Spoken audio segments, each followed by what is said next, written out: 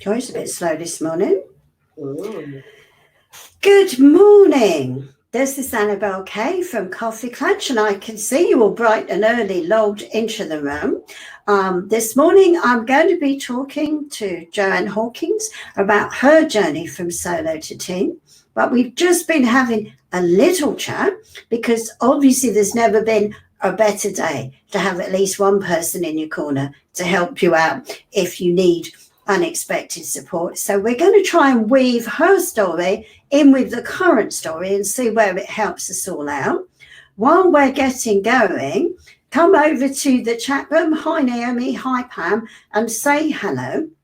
And let us know that you can hear us as you're joining the room. We're not going to spend a long time, we never do, on meet and greet. You know we love you. You know we hope you're all healthy and working on keeping your wealth okay, if not necessarily getting a lot wealthier today. So we're going to get going fairly sharpish, but don't forget to join us in the chat room. Ask your questions. I'll make sure they get answered. And we've got a couple of polls later on, and we might create some more depending on what's happening. And I hope your broadband's holding up. It's a wonderful day to be alive and virtual, isn't it? Totally. So, Joanne, tell me about your business, executive VPA. In a kind of nutshell, what's your focus in the VA and supporting world? What's your big thing? Okay, so when I first set the business up, I didn't have a massive amount of experience of the VA world, and set up to work from home for a couple of reasons. Those that know me know that I've got a house in Spain. I had a 3-year-old granddaughter at the time, and I wanted to set something up so that I could work remotely from anywhere. And if I wanted to go to Spain for any time, I could. But I also wanted my daughter as well to have the opportunity of working virtually, so that we could, because we were dropping Maya off at 8:30 in the morning at nursery and picking her up at 5:30, 6 o'clock. And I wanted something that we could all really work to together. I fast learned that I didn't want to be a stay-at-home VA, and I wanted to get out there and work with businesses. I'd come from the house building industry, and I knew we'd gone through the recession and how hard that was. And it was literally job and job, welcome you. People were really struggling to continue with an employed life. So I thought, what are self-employed people going through, and how hard is it for them with the skills that I've learned over 20 years, 25 years? How can I help self-employed people as well? So that's been my aim through the last 8 years. It has been about making sure that businesses can run a successful, efficient, productive, financially secure business, and by having a support out there so that they can continue to do that. But I've spent a lot of time over the last couple of years educating businesses on the value that virtual PAs can bring to their business and how we can support them. That's been kind of my main focus over the last couple of years, whilst working with VAs to themselves recognise that value and see that we are hashtag, not just a secretary, or don't just do a bit of admin that people tend to think we do. I sit across a number of worlds because, as you know, I'm not a VA, and if I was, you'd find me. I'm absolutely rubbish at the things that VAs are really brilliant at, by the way. I've been quite astonished by how many businesses have got no idea how to work. Is it impacting your business yet in that sense? Have you found opportunities as well as challenges? Yeah, and challenges at the minute, I think it really depends. Quite a lot of people have said to me over the last couple of days, this is a brilliant time to be a VA. And yes, I agree, because we're all already accustomed to working remotely. We already know the software we can use. We know how to work it. So yes, in one case, that's brilliant.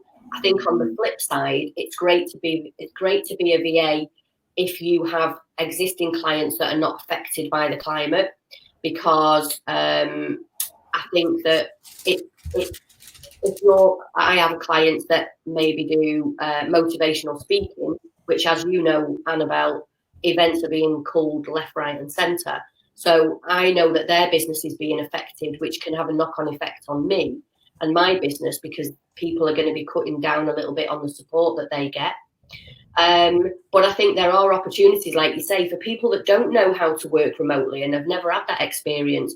Do people know about Teams? Do people know about Zoom conference calls? How do you actually set that up? I'm supposed to be having a meeting tomorrow afternoon, and we're now doing that on Zoom, but on an account that I don't use it that often because I use Teams a lot. So you need to upgrade if you're going to have more than so many people for 40 minutes. And someone said, oh, so how do you do that? And why is it like that? Because they obviously don't understand how things like that work. So there's a definite opportunity for us just to raise awareness. And I think we have to be really subtle how we do that. And we're not just come across as desperately looking and saying to people, oh, you need me, you need me, you need me, and pulling people in and making them feel that they've got to come to you. I think we really need to be really diplomatic and in a friendly way, but get that message across right in what we can do, rather than kind of looking like you're a vampire. And it is difficult because we need to let people know that there is help. But at the same time, you don't want to be the equivalent of ambulance chasers, do you? Going, you're in trouble, spend money with me, is not a good marketing message. No, but no. I can help is a good message if it's gently done, isn't it? And of course we can. Now, you've been working in a team environment for a long time, haven't you? Were you actually on your own for any extended period of time? Because it sounds like the minute you got going, you kind of had your daughter and... No, I didn't. Naomi stayed in work. I left my employed job at the end of January in 2012. And Naomi stayed there until about end of August, I think. And then she left and she started working with me as well, but as a VA in her own right. And then I didn't really have... I struggled for a while with the whole things that our clients struggle with. Should I be paying somebody else to do this? Surely I should be able to do this myself. I really had a big problem with myself not being able to write blogs for a while, because I thought I should be able to write a blog. Come on, I'm a VA. I'm not daft. I should be able to do it. Well, it probably took me about 5 hours and it was probably rubbish. So, I had to come to a point of thinking I need to outsource that and really walk in the walk. So it took me a while to get those people that I could work with and that I could trust and relate to. And I did that a lot through networking, joining mastermind groups, and really getting to understand people that I resonated with and they resonated with me. So I'd say it was probably a good 12, 18 months before I had any other kind of support, because I thought I could just do it myself. I'm a VA, and is that not what we all do? But no, I don't do that anymore. Definitely. No, it's a bit of a brain fade, isn't it? I'm always a bit nervous. I mean, not that I'm looking for a VA, please. I've got plenty, as you know, but who comes to me and says, I can blog, I can do tech, I can do bookkeeping, I can manage your diary, I can, sort out your diet, tidy your home, whatever it's. Hang on a minute. The people I work with tend to specialize in what they do. And know what they don't do, and will say to me, no, I'm not good at that, you need someone else, but I think everybody starts there, don't they? So what made you take that leap from solo to team? Were you just too tired, or did you figure it out, or what happened? It was definitely a gradual process, and it maybe it even started more. The first main VA conference that I went to was Angela Dawson's in the Northeast in 2014, I think it was. And seeing how everybody collaborated and worked together, it did strike a chord with me. And I thought, to be honest, I've kind of always been, maybe sometimes to my detriment, a little bit overly ambitious. There is constantly stuff going on in my mind thinking, oh, I could do that, I really want to do that. I'm nowhere near. My business is nowhere near where I want it to be. So I'm probably 10, 20% now after 8 years into the business that I really want to be. So I know that I have to have those experts, and I do the same as you. I use people for what they're really good at. So I'm not a massive lover of VAs that go out and say they do absolutely everything. because I try to be as transparent and honest with my prospects and people I talk to as possible, to say, I know you can't do everything yourself. I can't do everything myself, so don't profess to. But I have a massive network of highly skilled, experienced VAs that have run their own businesses doing exactly that. So one of our kind of strap lines is getting the right job done by the right person, and that's really what we live by. So I was going to say, what do you see as the advantages? But I think you've kind of covered that, haven't you? So what are the disadvantages of running a team? Because I think there's a lot of feeling that team is the answer to everything in some quarters. Do you know what I mean? But obviously nothing's perfect, is it? What's the downside of running a team? I think it's the time you need to take really to invest in those people. I'm really fortunate, I know, that by running the conference and by attending office and when I've attended Angela's, which I know is not as many times as I'd like to, but by attending lots of different things and widening my network, I'm really fortunate that I get to do that. I understand that there are VAs that are sat at home that just work remotely all the time, and it's really difficult then to do that. I think the challenge is finding the right people for the right work. And I know that people that are on the call maybe, and I know Jackie's experienced the same thing, is finding the people that can do the job as well as you want it done through your business, that you resonate with, that you trust.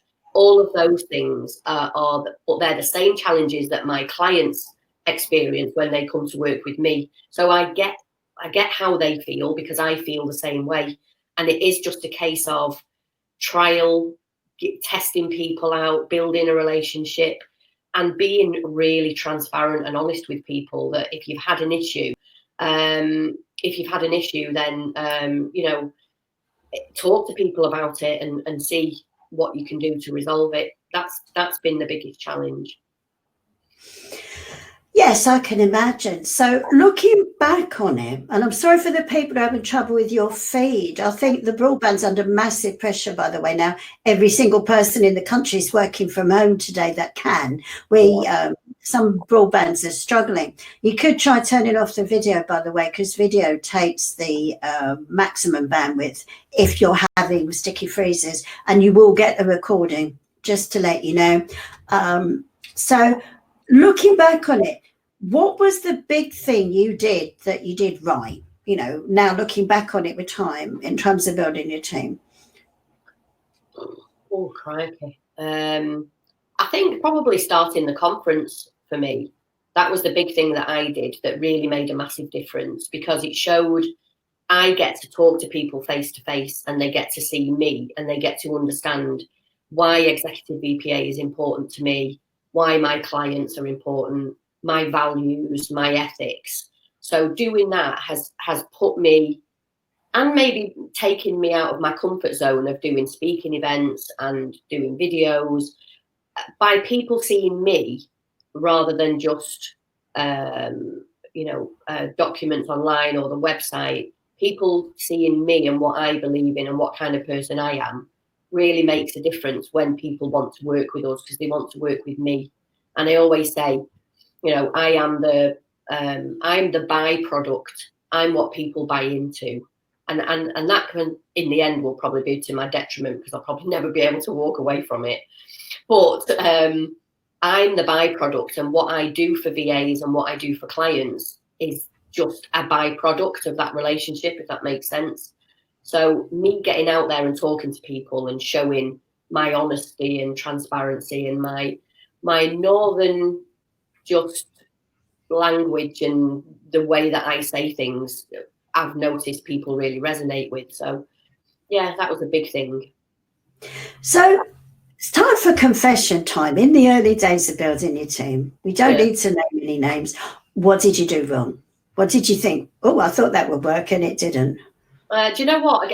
Kind of again, going back to that, I wasn't honest with people. So if I asked somebody to do something and it came back and they'd either taken longer than I would have, maybe it would have taken me to do it, or there were mistakes, I wouldn't tell them. And I said, okay, thanks very much. And because I was worried about about having that kind of confrontational conversation with people. I'm not very good with confrontation anyway, but having to say to somebody, oh, I'm sorry, you know, it's not good enough, so I'm not going to pay you everything, or you need to do it again. Oh, crikey, that scared the life out of me. So I never did it. So I probably ended up paying for stuff. Doing it yourself. And then doing it myself again. Yeah. Now, this is a theme that's come up in this series from Solo to Team, you know, and I'm interested that you call it confrontational. It's like you frame it as confrontational, because to me, and you know, I don't know if you realise this, I've banged on about it for so long this year, but I'm celebrating 40 years in business. So I've had a long time of saying to people, that's not it. Are you sure about that? You know, but because of the business I started, which was employment law, I started arguing in employment tribunals, you know, confrontation was never a big fetish for me of like, in fact, if anything, I'm too confrontational. I've had to learn to be nice, you know, and go, not, don't be ridiculous. What do you mean you've handed me that? But excuse me, that's not it. But I think it's a problem with women in business, isn't it? Yeah, totally. And Nicola's linking this in a very interesting way, because you know me, I'm multitasking, I'm reading the chat system as well. And she's saying she struggled with changing her mindset from VA, which can be like a solo service provider, to business owner. You know? And that's part of it, isn't it? Having to have the tough conversations. When you're the only service provider, you'll be nice to your client. There are occasions when we don't want to be nice to our clients, aren't there?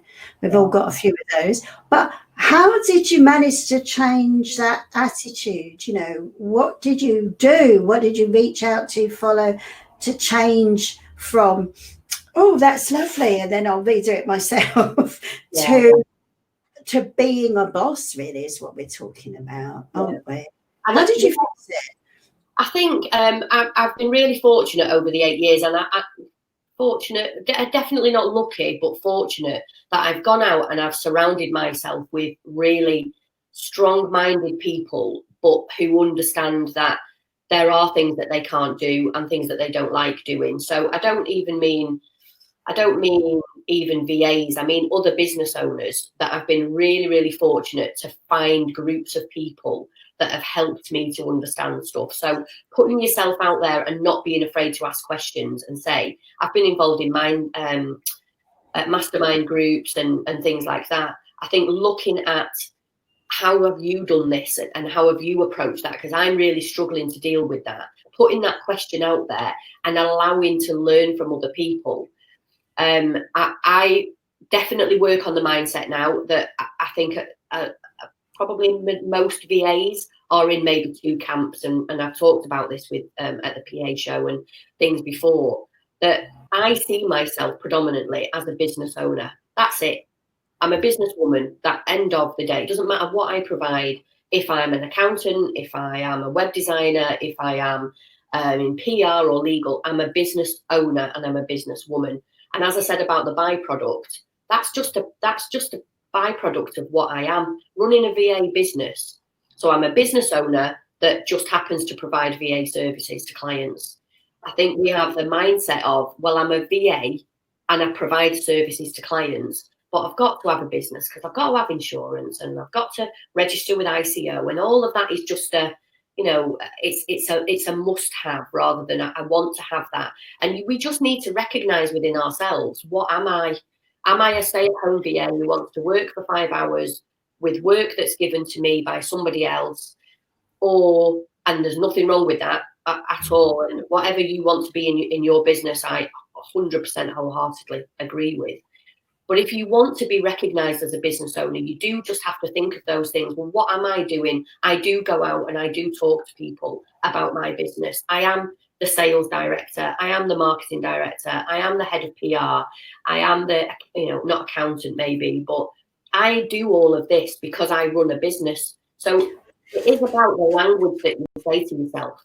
And of course, one of the roles we all have as business owners, and we're getting a lot of chat in the chat room about this, is we are the quality control manager. Yeah. Right. So what we get feedback from Gwen and from Nicola, etc., is how do you deal with that change. So Gwen's saying she took on an associate a while back who mucked something up so badly she had to do it again from scratch, and she was really worried about how to deal with that. Right. Now, you obviously started there in your mind of not wanting to upset people feedback. What is your top tip on feedback? Really is what we're talking about, isn't it? Yeah. How do you do it? Because even however wonderful your team are, things must go wrong. How do you approach that feedback situation? I think it's really, really, really important to have, and we talk about tribe all the time. It's really important to have people or somebody, at least one person that you can talk to and say, how do I deal with this situation? That's probably one of my biggest challenges. It's, I've got Naomi there that's brilliant and she's with me most of the time. And Naomi would probably agree, and I know she's watching. Naomi would probably agree. She's not got business acumen, so she's not got that. She's very good at doing what she does, but she wouldn't want to run a business like mine. But I need to talk to somebody sometimes to say, how do you deal with this, and how do you talk to somebody about this? How should I approach it? I think that's the first step that anyone's got to take, that we all need to have a kind of buddy or someone that you can pick up the phone to and say, Nick Naomi's putting chat in the group saying, no, she's not good at that. So you've got a buddy. Now, that's quite interesting because Pam's saying on the flip side, she loves feedback. So she would like feedback so she didn't make the same mistake again. And I think this is one of the keys. And I'm going to interject here because you will know me in my KoffeeKlatch manifestation, or not at all if this is your first time around the block. But the business I've been running for 40 years, called Irenicon, is an employment law and HR consultancy. So I've spent 40 years, I'm not joking, on the phone as it was originally, because we didn't have Zoom or webinars or anything else. Two small business people going, why isn't this person doing their job? And the skill set for that is very much the same as the skill set for managing associates, even though the legal structure is different. And what we're getting from all the lead VAs, and tell me if I'm wrong, is one, you've got to recruit the right people, right? Yeah. Two, and this is something I want to explore with you, you have to be clear how you're measuring what the right job is. Because if you just say to someone, do something, they will interpret that from their experience, and that might be different from your expectations about how the job is done. Mm. So I think once you've recruited your people, correct me if I'm wrong, you're taking some time to make sure they know what a good job looks like. Yeah. You're not expecting them to psychically define it. And these are two steps, as micropreneurs, we love to miss out because we're in a hurry. Mm. We love to recruit quickly because we're in a mess. We've got a client who needs, we take on someone who says they can do it and they stuff it up. Yeah. Right. And then we've got to redo it because we can't disappoint the client. And then when we go to do feedback, we're cross, we're tired, we're tetchy because we feel we shouldn't have been in this position anyway. So it's really difficult to give positive feedback, isn't it? Yeah, definitely. I think the key in the beginning, and I've managed to source a couple of really, really key people that have kind of stayed with me for like the full length. So they were kind of there in the beginning and they're still there now. So there's always people that I know that I can rely on to get something done. And we had when we do a bit of a kind of recruitment drive, we've had a process of, we'll put out, if we haven't got somebody that we already know, then we'll put out a call for, we need somebody to do such and such. And when those messages come in, I've worked with Pam Clark for a long time. Pam will do an initial call with everybody and she'll do all of the due diligence. Are you registered with ICO? Are you registered with HMRC? Have you got a website? Have you got insurance? What do you love doing? What do you not like doing? What kind of clients are you working with? What do you like? What is your experience? And then she'll send me a brief of, I suggest you talk to A, B, and C. And we'll keep hold of details of everyone else. So we've gone through that kind of due diligence, but then as we're working with people, I think we'll always have a bit of a problem with kind of managing the work that people do, because it's the nature of how it is, and people coming into the industry and then maybe going, and people being there long term, and then finding, obviously there's always the potential of associates finding their own clients and being at full capacity. So you have to kind of, you know, I've had this client, so this associate for so long, but they've now at capacity and they need to offload some stuff, so it comes back to you. And I think we'll always have a bit of a problem like that, because it's the same as having an employee and then them getting a better offer and getting headhunted and going somewhere else. So absolutely. And I think there's two things for me come out of that, and correct me if I'm wrong, because, you know, there are people in the group for whom this is obviously a big issue. The first thing is you're feeding back on performance, not on the personality.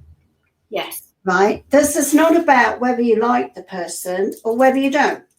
It's not even about whether you personally like the work or whether you don't. Mm-hmm. It's about whether what was delivered matched the brief.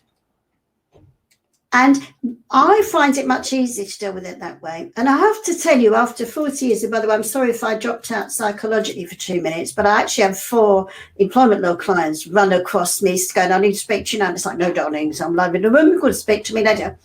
The biggest problem I see there is, one, lack of specification of the brief. Mm-hmm. And my acid test, and I'll be interested on your feedback for this, is if I asked you to do a job, Joanne, you should be able to measure for yourself, have I done it right? Yeah. Right. You shouldn't be doing it in the dark, in a fog, and then presenting it to me and me going, oh, that's not it. Mm. And that's an incredibly difficult skill to learn, right? 40 years in, I still give out the odd job, but well, fortunately, my VA team are mostly regulars for me. So they'll get back to me and they'll go, before I start, I've got absolutely no idea what you want, girlfriend. What is it that you're trying to do? And I'll talk to them about it and go, well, what would be the best way? But obviously that, again, goes back to relationships and recruitment, doesn't it? Yeah. But when I deal with my micro businesses who have staff, the number one thing I say to them is, what did you want them to do? How were you going to measure whether they've done it or not? Yeah. Right? And they go, I don't know, and I don't know. And therefore, the problem is you get it back and it's only then you don't know. And I agree with you, Caroline. A big problem is a lot of VAs are outsourcing stuff they don't know how to do. But the how to do it is different to measuring the results. Mm-hmm. I'm actually rubbish at video editing. Anyone who's ever seen a video I've edited, by the way, would agree in approximately 8 minutes, because the first time it cuts, it'll jump. And that's an Annabel edit, right? I send it out to my lovely VA team to do, and they don't have jumps in the videos. I don't know how they don't have jumps. I don't know how to do that stuff. But I know that one of my key measures is please don't make it randomly jump. Yeah. And I think there is a real skill set difference. And I'd agree with you, Caroline, between giving someone a job to do that you know how to do, because you can tell them how, and giving someone a job to do that you don't know how to do, in which case you've got to start with, what would make me happy about this job? How would I know? Because actually how they do it to a certain extent is their business. They're self-employed business owners. If they do it one way or another, some of that is in a box that belongs to them. What belongs to you is, does it do what I asked it to do? I've no idea, by the way, how my graphics designer designs graphics.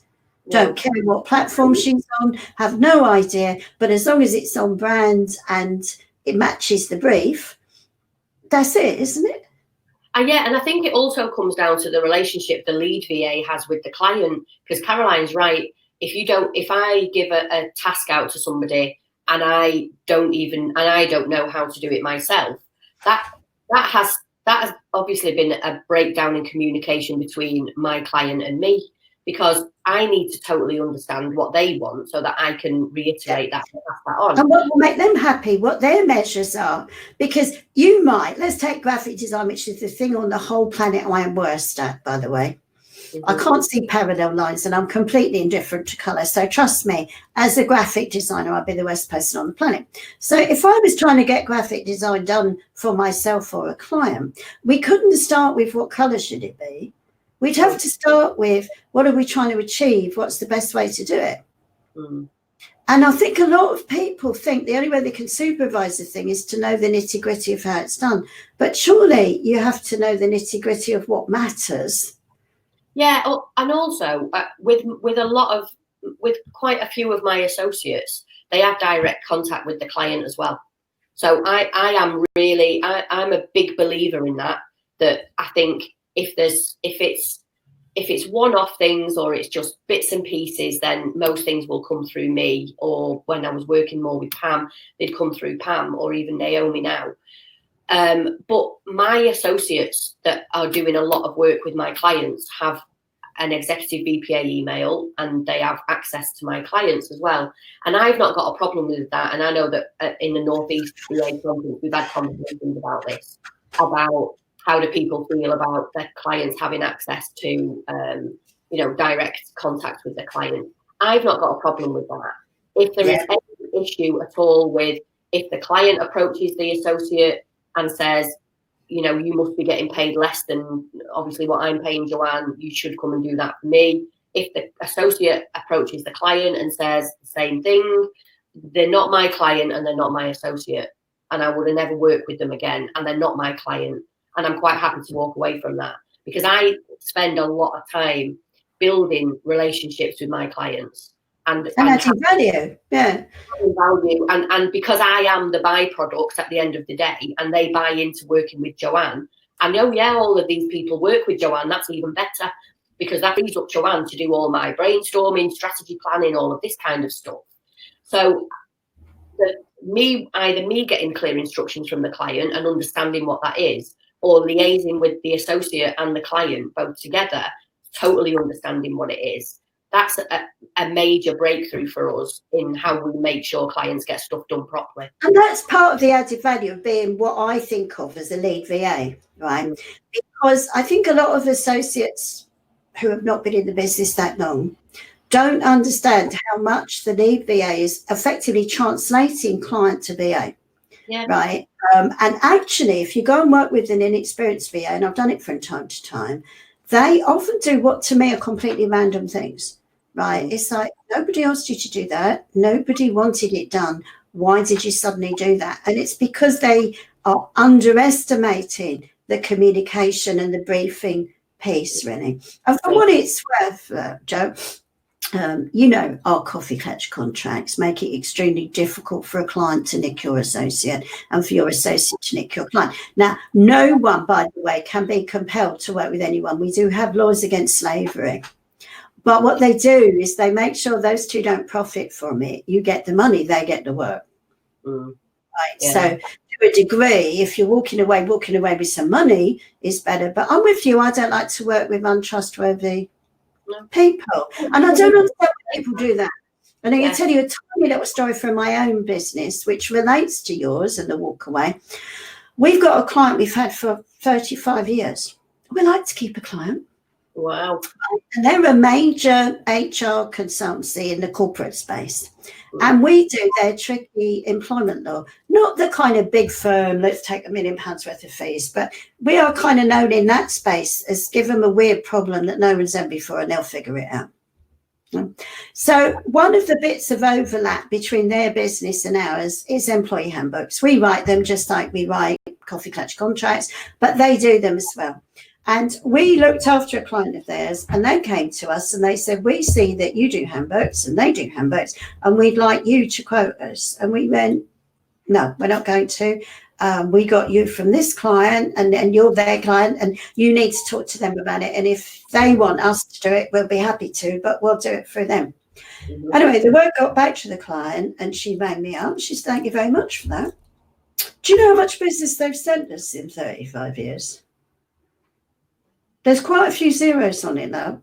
For the sake of stealing one handbook client that at that time in that space would have been worth about 800 quid to us. Right. I have no idea why people think the policy is best to go, I'll cut out the middleman, because that middleman is a brilliant marketing person who gets into organisations. They wouldn't pick up the phone to me. Mm. They don't know who I am. So I think you're right. People who don't get that, you can't really have in your space, can you? No, I've worked too hard in the last 8 years to build my reputation and the trust and relationships that I've got with clients and associates to let something like that ruin anything. It's just going to happen, and I won't stand for it. Now, do you test on your associates? Because Nicola's raising a question which I hear a lot, right? Some VAs state they're experts in products, but in reality, they only know the very basics, right? Do you, on the skills side, because obviously there's attitude, isn't there? And there's ways of working. On the straight knowledge side, do you test your associates before you let them loose? Only on, it depends what the task is, obviously. So we will, yeah, if it's involving things like Excel and Word and stuff, if it's going to involve that, then I mean, we get asked to do some really random things, and I don't think Hazel's on, but we had a job that was going out measuring car boots, physically measuring car boots that, you know, Okay. honestly, yeah. So, you know, it's a bit hard to kind of measure that and see and to test it. Because it's well known in my household that whenever I measure something, I get the measurements wrong. Right. Yes. Right. I measure something that's, I haven't got metric, 2'6". The one thing we know is it ain't 12'6". Right. So it might be a good idea to do a measure for things and come to a conclusion that's broadly congruent with reality, you know. Yeah. So mainly, and it's great. Pam saying yes, Hazel's task, yeah, it's I will talk to people about, you know, what kind of things they use. I use 365 all the time and use loads of the apps now, thanks to Mark, who came and spoke at the conference last year. I utilize loads of 365 apps. So if people say that they are an office expert, then I'd like to have a conversation with them about the different apps and things that they're using. If they don't know what half of them are, then I know that they're not an office expert. But again, it's building up that relationship with them, being transparent. I know Gwen said before that she only works with associates that she's met face to face. We have worked with associates that we haven't met face to face with, but it's been on very specific stuff. If they've become highly recommended, and we've built a bit of a relationship with them before the work is done. And like I said, I get contacted by a lot of VAs saying, such and such said that I need to speak to you because you've got the conference, because you get it done sessions, and because you know loads of people. So I do get to have lots of conversations with VAs. So I'm very good at pulling out information and finding out really what is it that they do know. For what it's worth, I don't know what Mark's up to, but we've got a free online on Monday in the KoffeeKlatch space, which anyone can register for, about Office Teams, because obviously Teams is a relatively new product. And you could know Microsoft backwards a year ago and still have very little idea about Teams, because a lot of our training and coaching clients really need help to run stuff over Teams. So we are running a session on Monday for VAs. It's going to be recorded, and we are going to do one later for coaches and trainers, because this is an area, and we are in difficult times at the moment, it's a big growth area, you know.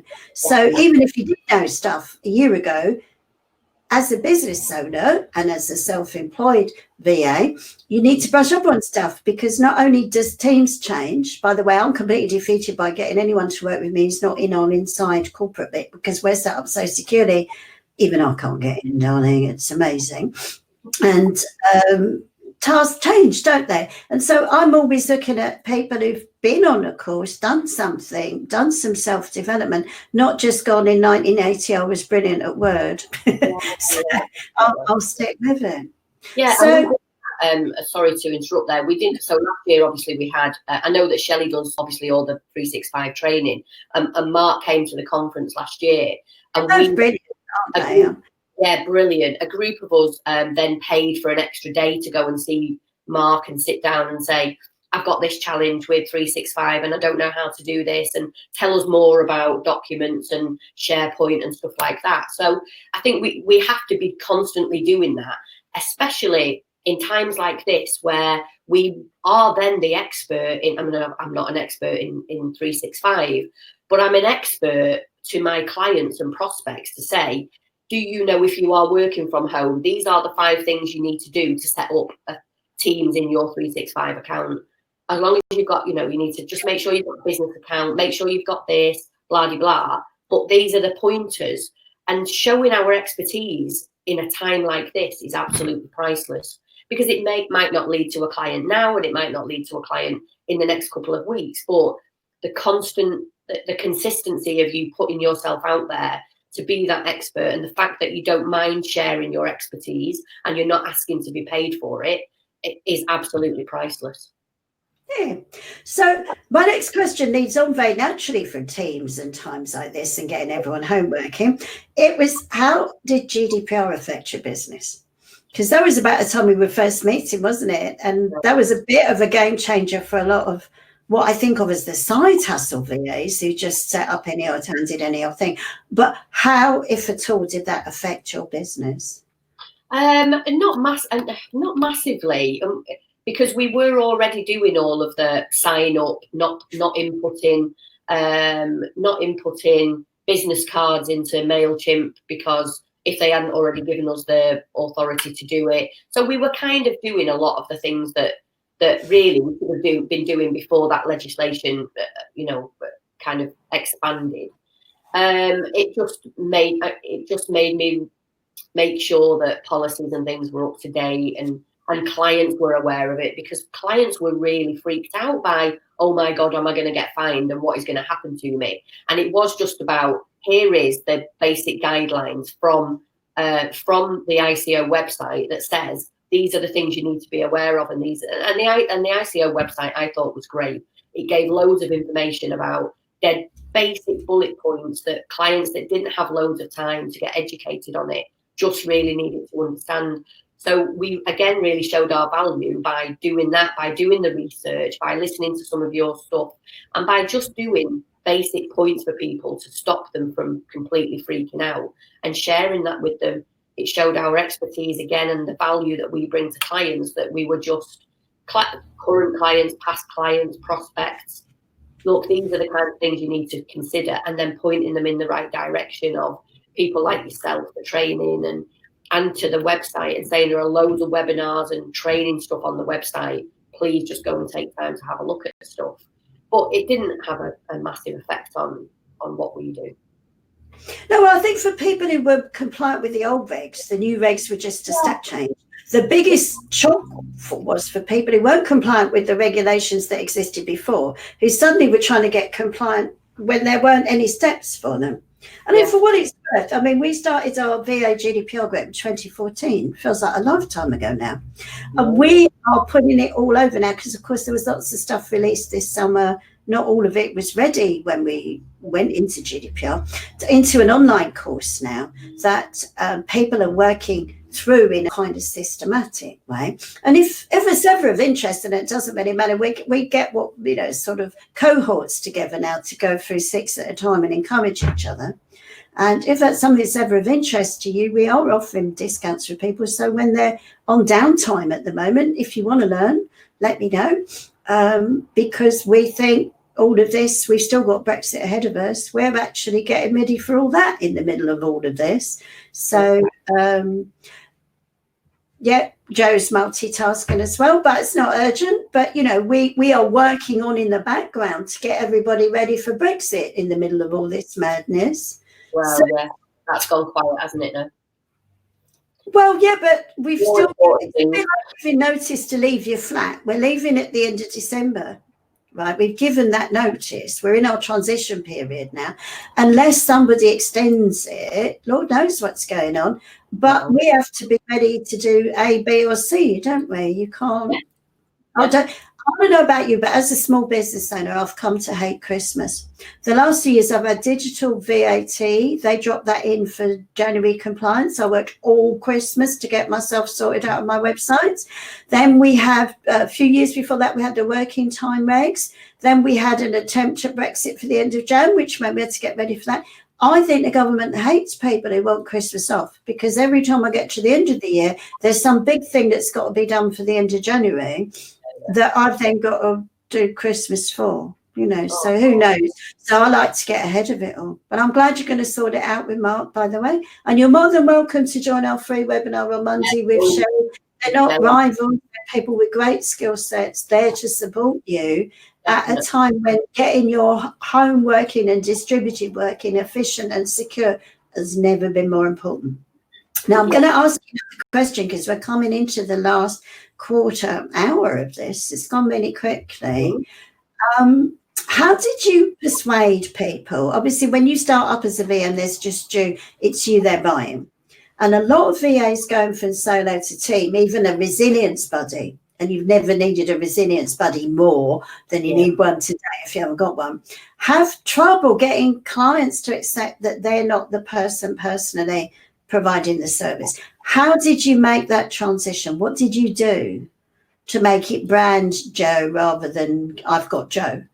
You know, I mean, I know Joe's not your brand, but what did you do to unhook them from you and make them love your associates?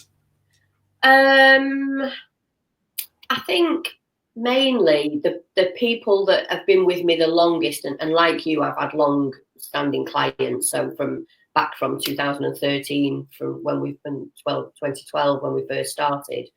So the more that I talk to them and the more relationship we have gets easier, because there are different things that I support them with individually. So they know that I can't do all of the transactional operational tasks that they need. And most of them will ask me, have you got somebody that can do da-da-da, because I need you to concentrate on doing this for me. So because I do have that, I have that kind of part Joe that is the VA and part Joe that does all of the kind of bit of consultancy stuff and strategy and efficiency and productivity training and stuff like that. It's not been a hard transition really, because my clients know that I do both things. So they know I can't do everything. And I always say to them, you can't do everything. That's why you have me. So it's been easy conversations. And then it kind of drifts into new clients that come on board. It's one of the first things that I tell them. So it's not just me. And interestingly, I had lunch with a client late last year, and we were talking about this and how do I grow it even further. And her suggestion was, if you can do, is when you go to meet that client for the first time, is to take that associate with you. So rather than part into the relationship, you then say, oh, I've been doing this, but now someone else is going to be working on it, where it might be a little bit weird and it might freak them out a bit. If you go and sit down and have the conversation and say, this is Pam, Pam's an associate of mine, and she'd be the one that we'll be working with on this. So I think as long as you keep them in the loop, especially new clients, and they know that's how you work. My website very clearly sets that out. I talk about my associates all the time on social media and things like that.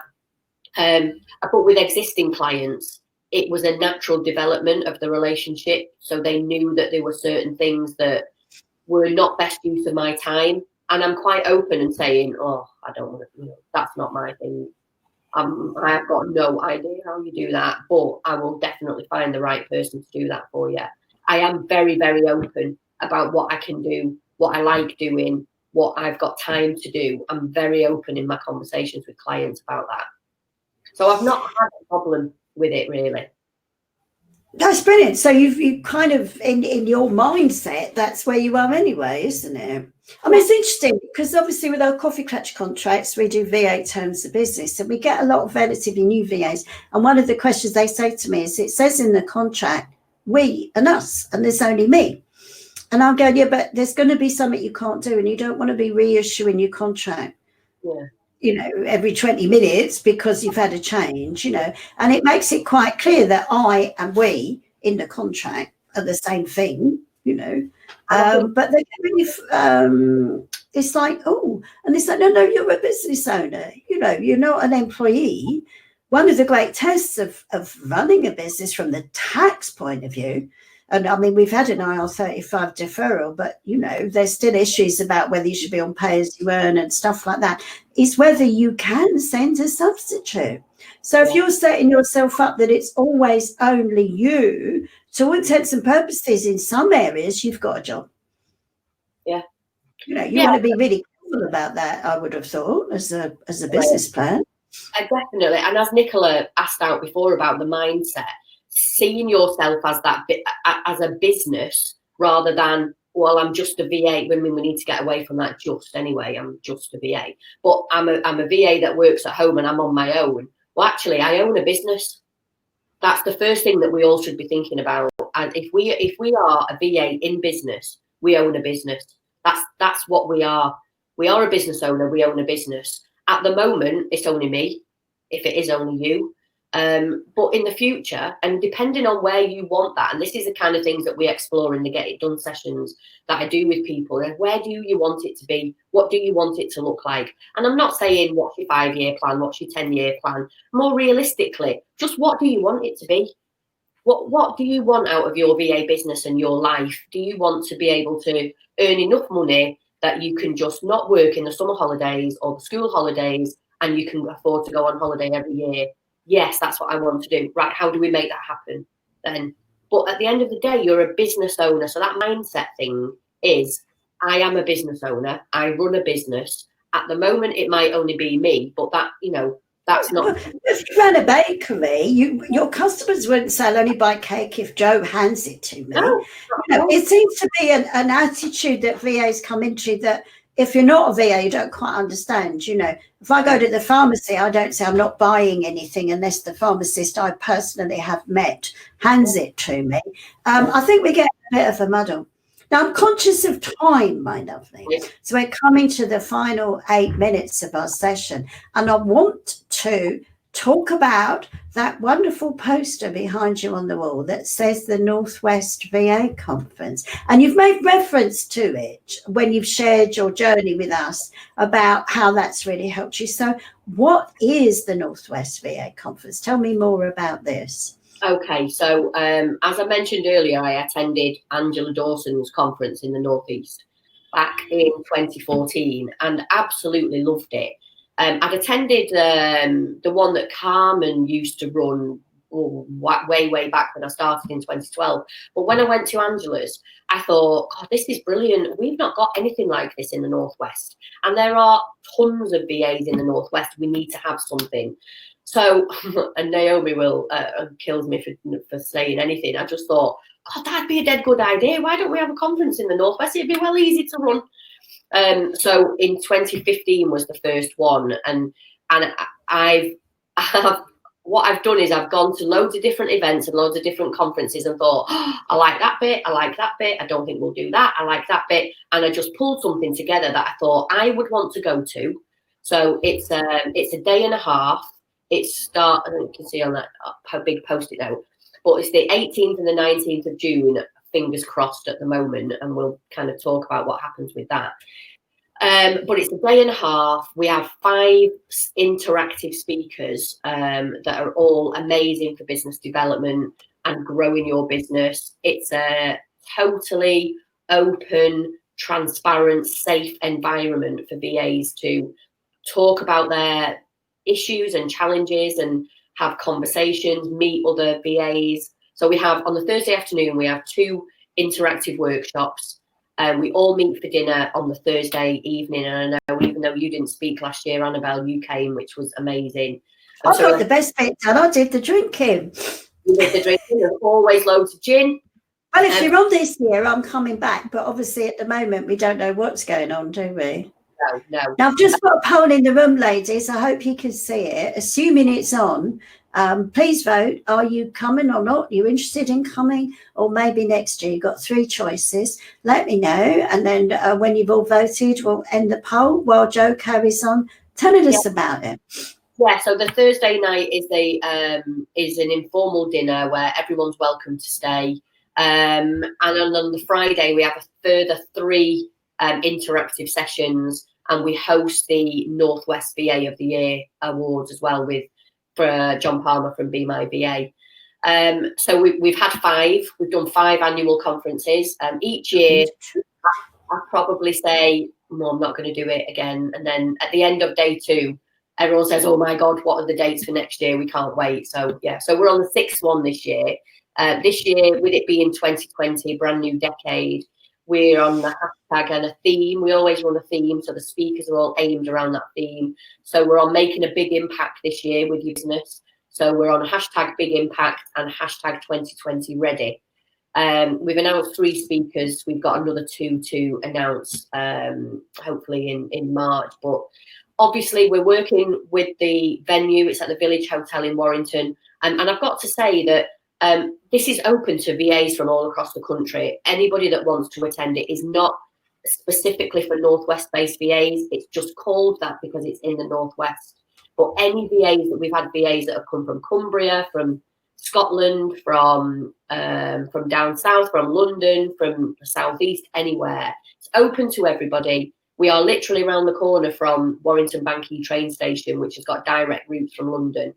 It's at the Village Hotel, so people can stay overnight on the Thursday night. And you can park your camper van in the car park if you're really nice to them, can't you? As I found out. Yeah. Definitely. So we're liaising with the venue at the moment on where they stand on events, if they're gonna, if it's gonna be going ahead. I'm not looking at cancelling it at the moment because we'll be liable for a big cancellation fee. And I was talking to Annabel obviously earlier about, do we consider actually going virtual with it this year and holding something where, I don't know, we can just get everyone on Zoom or on Teams rather, and see if we can do it that way. It's something for us to think about. And we will be having, I think we're supposed to be meeting all my EVPA tribe who organised the conference. I think we're supposed to be meeting sometime soon. Naomi will know. And we'll have to have a discussion then and make a decision on what do we do, and do we go virtual? Because like you say, Annabel, probably by the end of June, maybe the hotel will be on lockdown by then. Who knows? But or maybe the storm will have passed. We do live in interesting times, don't we? For what it's worth, despite where we are today, 60% of people in the room today are interested in coming. 20% not, and 20% or maybe next year. And I should think that maybe being affected by the madness in the world at the moment. So I don't know. Would you like me to put in a poll that actually asks, would you be more likely to come if you're virtual? Or if it was virtual, yeah, definitely. Yeah, it might be good. Yeah. So see if I can set that up, because I'm hoping we're all going back to normal, ladies. I mean, to a degree, if we can. Right. So would you join? Caroline saying I said easy to run. Oh yeah. Yeah. You know what?